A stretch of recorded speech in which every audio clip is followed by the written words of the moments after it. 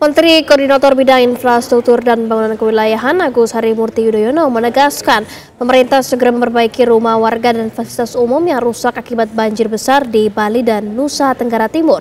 Saat ini pemerintah masih melakukan pendataan mengenai kerusakan dan kerugian akibat bencana tersebut.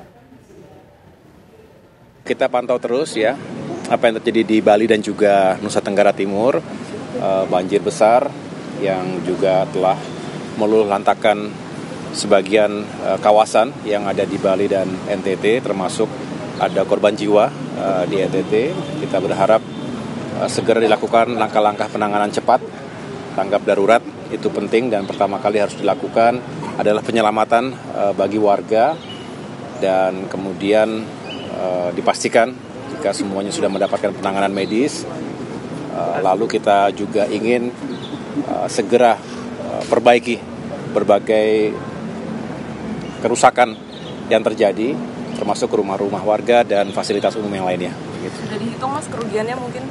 Masih terus kita hitung. Kita ke informasi lainnya pemirsa, di mana sejumlah wilayah di Pulau Bali diterjang oleh banjir bandang akibat hujan deras yang menyebabkan sungai meluap.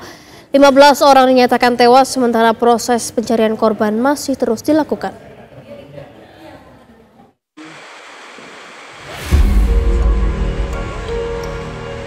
Hujan deras yang melanda sejumlah wilayah di Bali menyebabkan sungai meluap dan menerjang permukiman warga. Dua bangunan ruko yang berada di bantaran Sungai Badung dan Pasar Bali ambruk pada Rabu pagi karena tak kuat menahan derasnya arus sungai.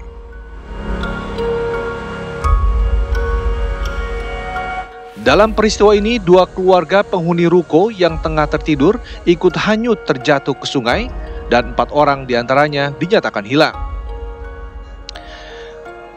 Petugas pun langsung melakukan pencarian terhadap korban hilang yang merupakan penghuni ruko. Intensitas hujan yang mengguyur Pulau Bali sejak Selasa kemarin juga mengakibatkan luapan banjir mengenang berbagai lokasi.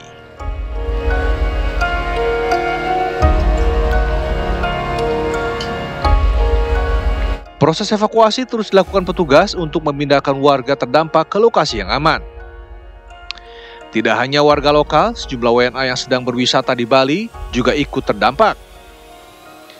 Para wisatawan asing yang menginap di hotel yang terdampak juga terpaksa harus dievakuasi menggunakan perahu karet milik hotel untuk dipindahkan ke tempat yang lebih aman.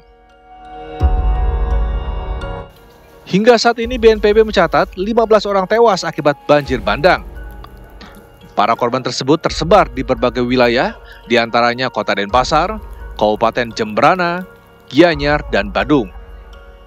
Jumlah korban pun masih berpotensi bertambah karena proses pencarian yang masih dilakukan oleh petugas hingga saat ini.